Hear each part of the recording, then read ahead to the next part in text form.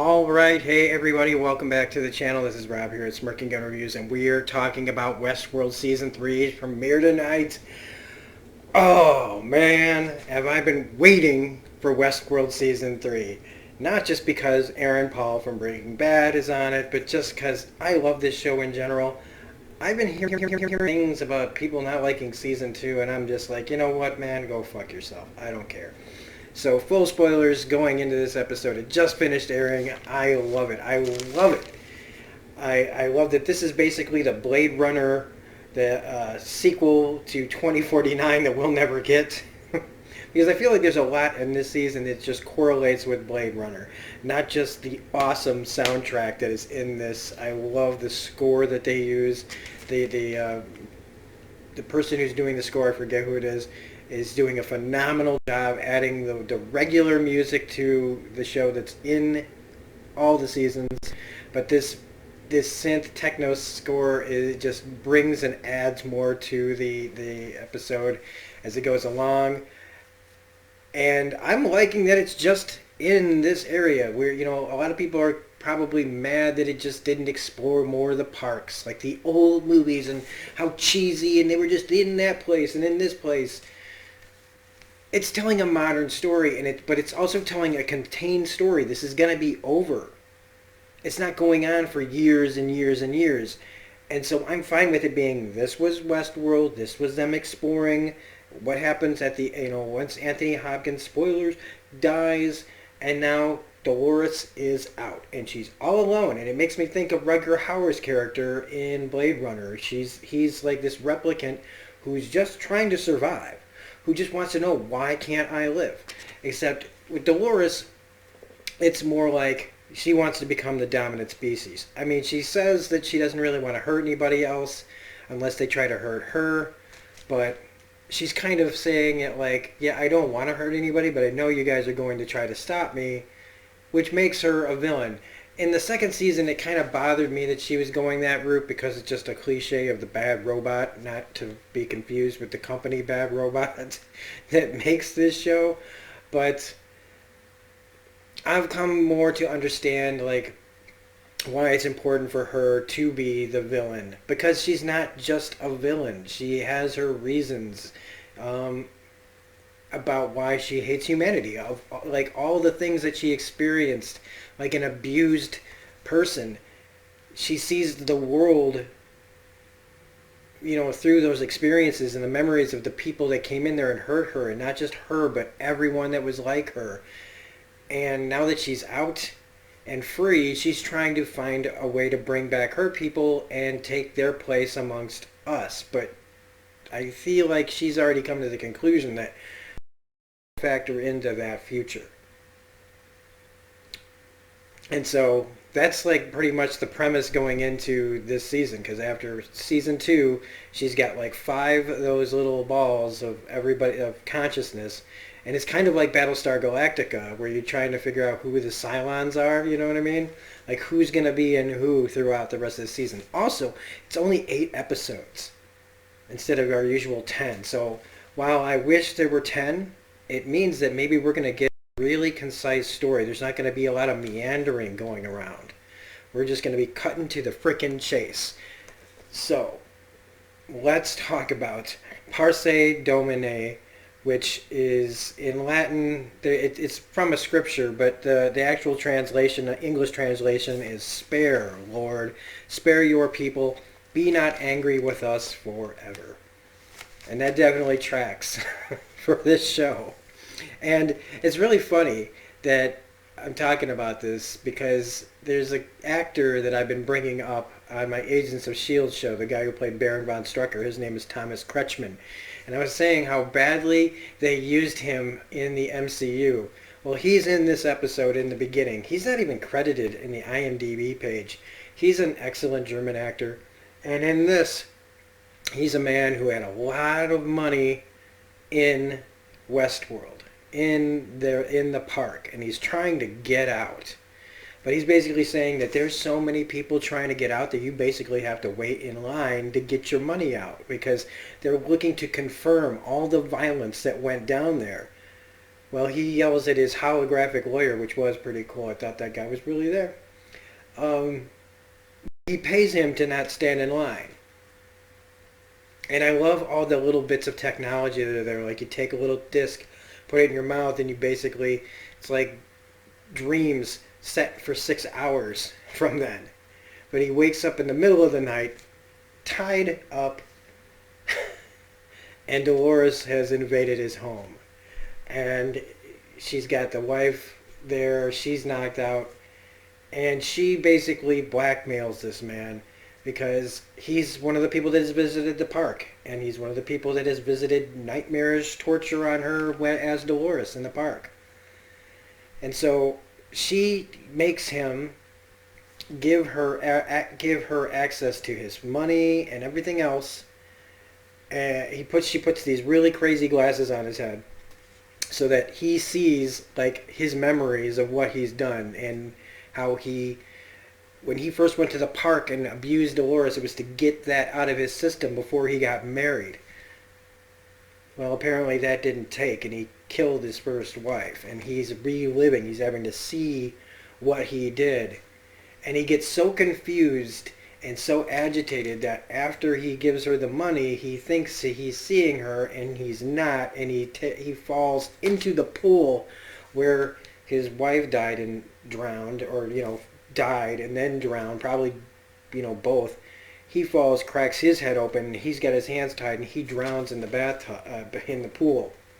And it's a pretty amazing opening, because then the wife comes outside and she's like, "Who are you?" And she's like, "I'm the one who set you free."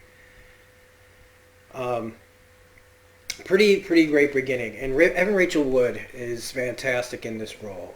She really, really is. Like I said, I didn't like the villain turn in the second season, but after a second watch and understanding a lot more about what this story's trying to tell, I get it. Because she doesn't see it as herself as a villain. She sees herself as somebody setting her people free. She sees it as an opportunity, like an origin of the species.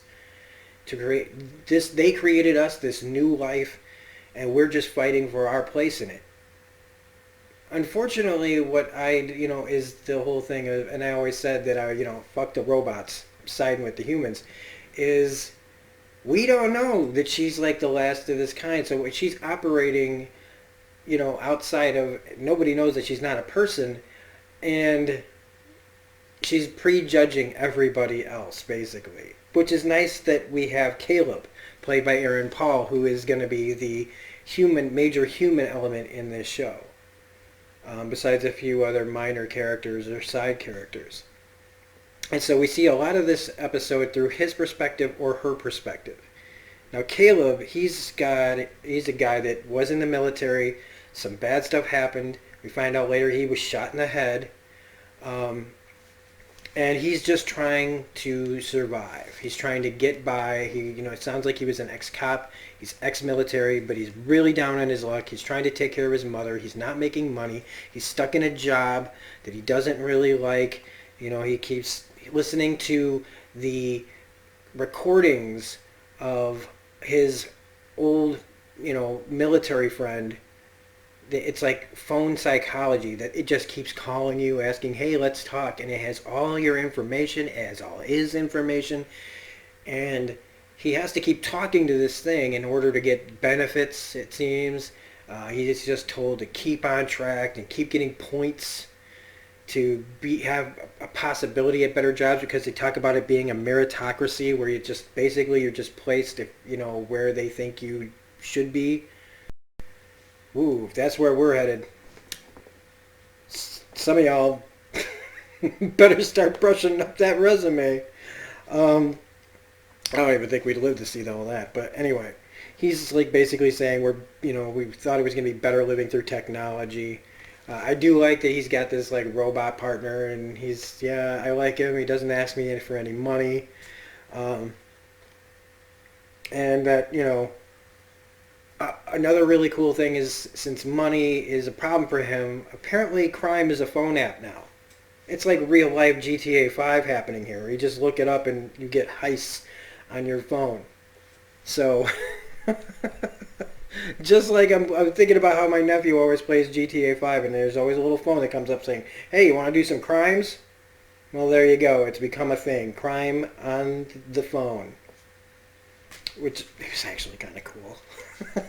But so anyway, he takes jobs on the side, working for people. He takes this ATM heist job. I really liked how they did. They used the noise to like blast out so nobody could even hear that the explosion had gone off.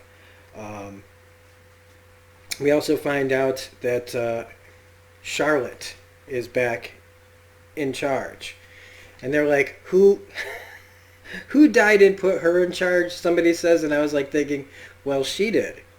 She died and put herself back in charge. Now you know that that's Dolores that put her in charge, but who's in Charlotte? Those are things that we're going to find out. There's a few people that are out there that are in certain bodies that are going to end up like we have to ask like which one of them that she saved is in who. And she's very robotic about it when she's talking about the company, about like the massacre, the massacred brand and employees, that they're going private. These days, everybody talks about going public. Well, right now they're talking about going private, which basically means they don't really got to answer to anyone. Which means autonomy, which means that all the secret stuff that Dolores is up to can probably go on without anybody noticing. Also, the world's being run by algorithms, so basically Netflix, right? or YouTube, like all these things basically strategize and tell us what's what and where it's gonna go. That's Skynet shit. That's Skynet shit, and it's scary. But when I say stuff like that, I realize how cool this is, because this is really pure like sci-fi noir again. Again, like I said, like Blade Runner, just done in a more clean, like, Blade Runner's a dirty looking movie for a lot of it. It's really pretty, it's filmed really well, but like this is a clean looking show. Like the future's very clean in this. Blade Runner's very dirty. But when they're talking about who to blame, they blame Bernard. They're throwing Bernard under the bus. He's the guy that everybody's looking for. Well, we know that Bernard's still running around, and he's now like doing future farm work. But that we know the timeline was that he saw Dolores 92 days prior. So she's had about 100 days head start on doing what she's doing. I also like his self-checking. He's got the little clicker that like asks a baseline question, clicks the thing, makes himself answer over and over again to make sure that he's not being tampered with. And I like that paranoia that he has, that feeling that you're always vulnerable to somebody taking over and putting somebody else in your head, or putting information in your head, or taking information out, or making you do something that you didn't want to do. And he has that little control chip clicker to keep himself in check, which plays out, a little foreshadowing for an event later on. Let's see. Dolores is with this guy, Jack Dempsey. Lionel, isn't it? I can't remember his first name, but he's the guy's son who, was part of the whole architect thing. And she's getting in with him so that she thinks he controls it. And he's got that whole giant computer that runs strategies all over the place. Well, what she finds out later is that he's never been in charge of any of it, because nobody really would trust him. He's just the face. He's a guy that they let be in charge. Think of if Bruce Wayne was really in charge, but Bruce Wayne was never Batman. It's like he would still kind of like have to be, answer to somebody else. If Bruce Wayne was really Bruce Wayne, as Bruce plays him, as the billionaire playboy, the one who just kind of doesn't really have a clue. So Caleb continues taking jobs. We see what an overdose on technology looks like. Apparently it makes you take all your clothes off and scream about shadow people. They also talk about how Caleb talks to his friend, the computer friend that's supposed to be his old military buddy, that they built the world to be a game, rigged so that they always win. And basically it kind of just says that the whole world is basically one giant casino where the house always wins, and everything is stacked up against you. And it does kind of feel like that way in real life anyway.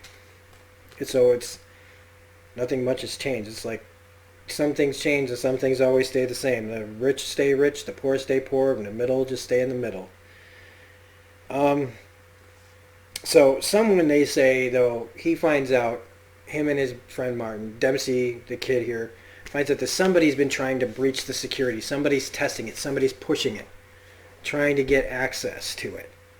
And you really start to realize this kid really doesn't know. He tries to throw threats around. He tries, but they can't. They push back, and he just kind of folds and runs.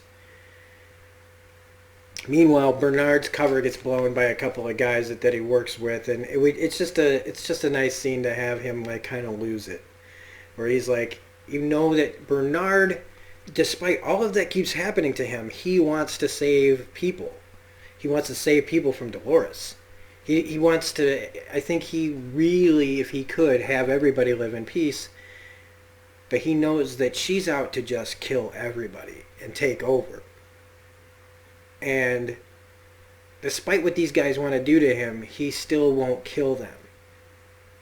He even tells himself, try not to hurt them too badly. Now it's beautiful when he just destroys these two guys.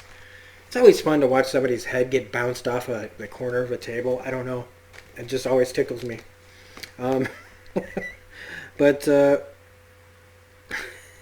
and I also thought, like, talk about being able to turn it on and off at will. Like, literally, he can just click, click, I'm fine. Click, click, I'm bad robot, good robot, bad robot, good robot.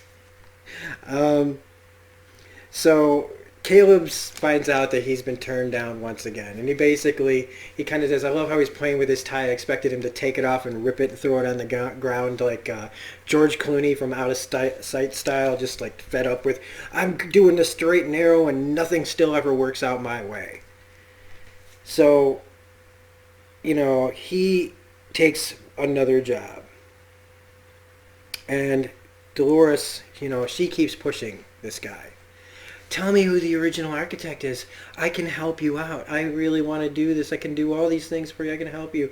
Well, I mean, I would have started asking questions right then and there, like, what is your interest in all this? Why are you, like, you're just, well, we don't have to wait around because Tommy Flanagan, which it's really cool to see Tommy Flanagan in something, you know, like this. I loved him on Sons of Anarchy. I loved him in Gladiator. I loved him. I love Tommy Flanagan, period. I really like the whole Silver Fox thing he's got going on there.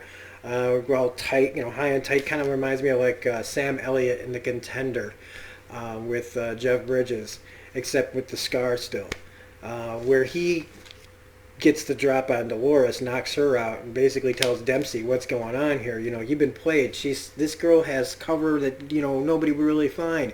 But right now it's basically saying that she's a dead girl from, like, the Eastern Europe. That's one thing we know she's not. Well, they don't know what she is, though. They just think she's some girl. And so they plan on taking her and disposing of her and making it look like she had, like, an overdose. But again, like I said, they don't know who or what she is. They have no idea. They think they're just trying to kill some girl, and they got to do it in a nice, clean way that looks like nobody can be blamed for it but herself. Well, Caleb gets in on this. He's supposed to deliver the drugs that will kill her. Sticks around, kind of like lets the guy put a gun in his head. It's like, look, man, you're not the first guy to point a gun in my face, and you're also not the first person to shoot me in the head, so fucking do it. So he leaves, and, you know, he's hanging around. He's around the area. Well, I don't know who was in the car. Okay, they take her to the place. They start dosing her.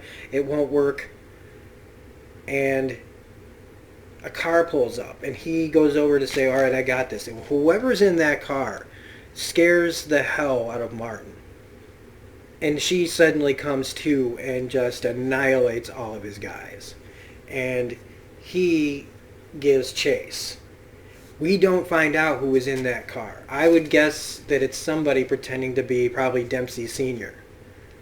or quite possibly, I don't want to say it's the Man in Black, Ed Harris, but whoever it was somebody that scared the hell out of him. Because he's like, get these guys over here now, we're in trouble. And he goes and chases her, but eventually she gets the drop on him and kills him. Well, he kills himself because she has a replacement that looks just like him. Now, who's inside this Martin? Who's in it? Is it Teddy? Who knows? We really aren't going to find out right away. But he kills Martin himself. And then his guys show up and attack her while he goes to get back in place so that there's nobody wondering who he is. But she was supposed to take care of the body, and now she's gotten in a shootout. She also has that really cool motorcycle, self-driving motorcycle, show up. And yes, self-driving cars or motorcycles can be really dangerous. Just ask the guy that gets run over by one. But at the same time, Caleb has come back and he hears the gunfire and finds her in like a little walkway, like a little underpass that they have. I don't know what they call those things, little aqueduct things. They find her. He finds her there and asks her if she needs help. And basically, that's kind of how it ends. Except our post-credit scene is Maeve. Maeve wakes up. There's a guy speaking German. And she opens up the window, and it's Nazis everywhere, and the swastika signs. So apparently she's in World War II world. And that's... So apparently she's still in some game. She's still in some park. And somebody is going to be looking for her, because Bernard is looking for somebody to take him to where he can get some help. And that's Westworld, Season 3, Episode 1. It's a fantastic episode. There's a lot to it. And I'm telling you right now, oh boy, it was complicated. This is a complicated show. This is more complicated than the first 2 seasons discussing all this, because there's so much philosophy involved. And that's where I'm leaving it to you guys to bring it up in the comment section. What do you think of this season? What do you think this season's trying to say? What do you think of all the characters and their character arcs and what they're going to be doing this year? Let me know, because I know a lot of you are so passionate, and I want to hear all that passion, and I want to hear all what you guys feel about this future and the way what they're talking about it. And I know some of you guys are so eloquent about it, so don't be afraid to put it in the comment section. So if you liked this review, please hit the like button. If you like this content, please share it with other people. If you're not a subscriber, please consider becoming a subscriber to Smirking Gun Reviews. Hit the bell for all notifications. You can find me on Twitter at reviews_gun. Otherwise, we'll be back next week for Season 3, Episode 2. Remember, we also do Better Call Saul on Mondays. We do a bunch of other stuff during the week, and we do game streams on Twitch. So check them out if you can. So this is Rob saying have a great day, and we'll see you next week on more Westworld.